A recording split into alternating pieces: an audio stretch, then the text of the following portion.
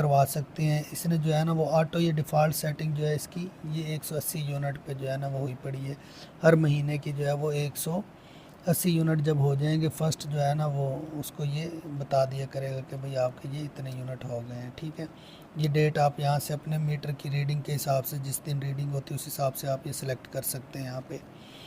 अच्छा जी, ये हो गया हमारा नोटिफिकेशन वाला। उसके बाद हमारा आ जाता है सेकंड नंबर पे नेटवर्क कनेक्शन।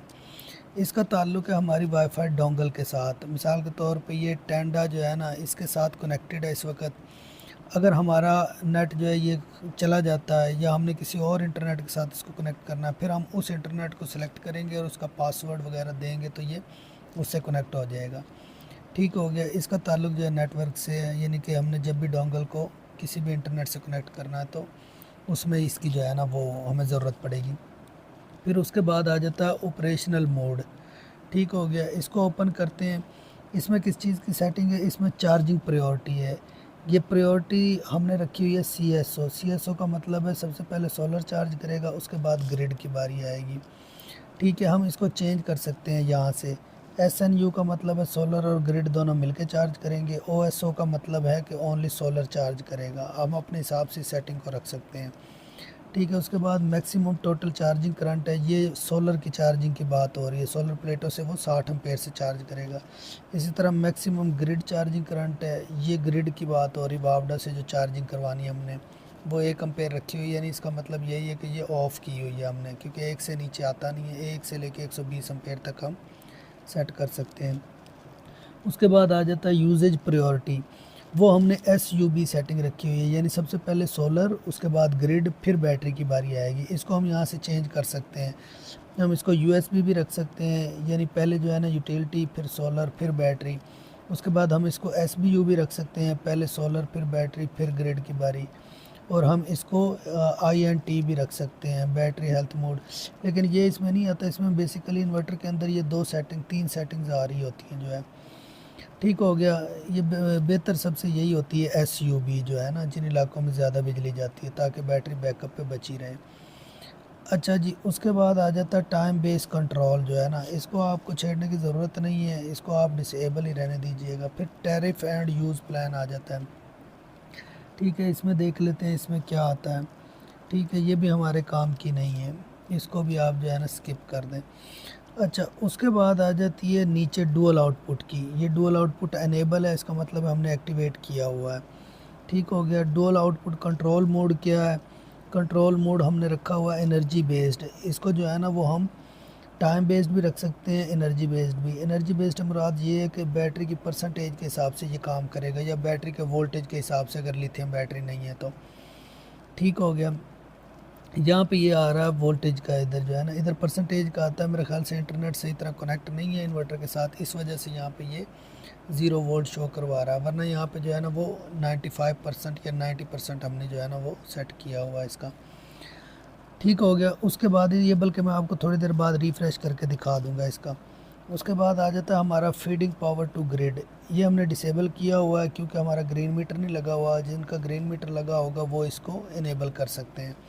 ठीक है, उसके बाद बेसिक इन्फो आ जाती है। बेसिक इन्फो में जाएंगे तो उसमें वो इसका सारा डाटा बताएगा कि ये इन्वर्टर का जो है ना वो नाम क्या रखा हुआ आपने इसका, और ये किस जगह पे लगा हुआ है, सीरियल नंबर क्या है, रीजन क्या है, इस तरह टाइम जोन कौन सा है। ये सारी डिटेल आपके सामने आ रही है इसमें जो है ना।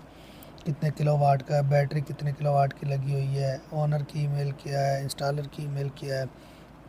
ठीक हो गया, उसके बाद आ जाती है सिस्टम सेटिंग, जो सबसे अहम जो है ना चीज़ है। ठीक है, सिस्टम सेटिंग में ये आ जाता है सबसे पहले grid input power, input range है, ये APL सेलेक्ट किया हुआ है। इसको हम UPS या APL इन दोनों में से कोई एक कर सकते हैं। UPS का मतलब है कि हमारी जो है ना वो ऑफिस वगैरह की जो चीज़ें होती हैं, ठीक है, ये वाली जो है। और APL का मतलब है होम अप्लाइंसेस के लिए। तो आपने इसको डिफ़ॉल्ट होम अप्लाइंसेस पे ही आता है, या आपने इसको होम अप्लाइंसेस पे ही रहने देना है। अगर आप UPS करना चाहते हैं तो आप सेट कर सकते हैं, जो कि लैपटॉप हो गए, DVR हो गया, कंप्यूटर शम्प्यूटर, इस तरह की सेंसिटिव जो है ना चीज़ें चलाने के लिए ये होता है। अच्छा, उसके बाद आ जाता है बाईपास ओवरलोड प्रोटेक्ट। ठीक है, ये इनेबल किया हुआ है, यानी कि जब भी ओवरलोड होगा सिस्टम उसको ग्रिड की तरफ बाईपास कर देगा। ठीक है। उसके बाद आ जाता है ओवरलोड रीस्टार्ट। ठीक है, ओवरलोड रीस्टार्ट का मतलब है जब भी ओवरलोड होगा इन्वर्टर रीस्टार्ट हो जाएगा, इसको भी अनेबल रहने देना है। ओवर हीट रीस्टार्ट, इसका मतलब भी वही है, अगर ओवर हीट होगा तो भी इन्वर्टर रीस्टार्ट होगा। बैक लाइट ऑलवेज़ ऑन का मतलब ये है कि अगर हम इसको इनेबल रखेंगे तो ये 60 सेकंड के बाद, अगर हम कोई भी एक्टिविटी नहीं करते स्क्रीन पे, तो 60 सेकंड के बाद लाइट ऑफ हो जाएगी। अगर इसको डिसेबल कर देंगे तो बैक लाइट ऑलवेज़ ऑन रहेगी। ठीक है। उसके बाद आ जाता है automatically return to home page. इसका मतलब ये है कि जब भी हम 60 सेकंड तक स्क्रीन को जो है ना वो सेटिंग में जाके कोई चीज़ छेड़ेंगे नहीं, तो वो ऑटोमेटिकली बाहर मेन पेज पे आ जाएगा, यानी एग्ज़िट कर जाएगा उससे, सेटिंग से। अगर इसको इनेबल करेंगे तो फिर ये काम करेगा। फ़िलहाल ये ऑटो डिसेबल आता है तो हमने डिसेबल ही किया है, यानी जब हम सेटिंग कर रहे हों तो वो ऑटोमेटिक बाहर ना आए, बल्कि हम खुद एस्केप के बटन से बाहर आएँ सेटिंग से। ठीक है। उसके बाद आ जाता है बज़र अलार्म। बज़र अलार्म का मतलब ये, जब भी कोई इशू होगा, कोई एरर आएगा तो वो बीप करेगा इन्वर्टर, इसको आपने अनेबल ही रहने देना है। ठीक है। उसके बाद आ जाता है लास्ट पे जो है वो फ़ैन ऑपरेटिंग मोड जो है, इसको आपने परफॉर्मेंस मोड पे रहने देना, डिफ़ॉल्ट भी इसी पे आता है। बाकी मैं आपको फिर भी समझा देता हूँ। इसका मतलब ये है कि इस वक्त ये 100% जो है ना वो अपनी वर्किंग करेगा। जब भी इन्वर्टर जो है थोड़ा सा भी हीटअप होगा वो उसको फैंस को ऑन कर देगा। अगर आप करेंगे बैलेंस मोड पे, वो फिर 75 एम्पेयर के हिसाब से, यानी 80% जो है ना वो उसको क्या कहते हैं वर्क करवाएगा वो फ़ैन जो है।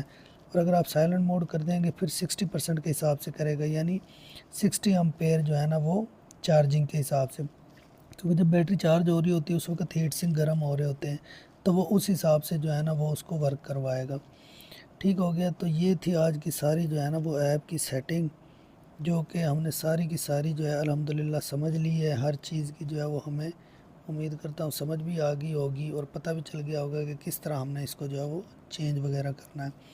अच्छा, इसमें बैटरी का ये देखें, ये मैंने अब रिफ़्रेश किया है ना उसको, जो मैं आपको बता रहा था कि इसको मैं एंड पे दिखाऊंगा आपको रिफ़्रेश करके। ये रिफ़्रेश किया है तो अब वहाँ पे वो परसेंटेज आ गई। हमने ये 90% रखी हुई थी क्योंकि ये बैटरी लिथियम जो है ना वो हमने सेलेक्ट की हुई है इसमें, तो उस हिसाब से जो है ना वो हमने परसेंटेज रखी हुई है यहाँ पे। ठीक हो गया। तो इसमें मेरा ख़्याल है अब तो कोई चीज़ नहीं रही जो समझने वाली है। तो उम्मीद है कि इस वीडियो में जो है ना आईटेल एनर्जी की ऐप से मुतालिक जितनी भी सेटिंग्स हैं, जो जो भी हमें एक्सेस मिलती है देखने के लिए या छेड़ने के लिए या चेंज करने के लिए, वो सारी हमें समझ आ गई होगी। जज़ाकल्लाह खैर।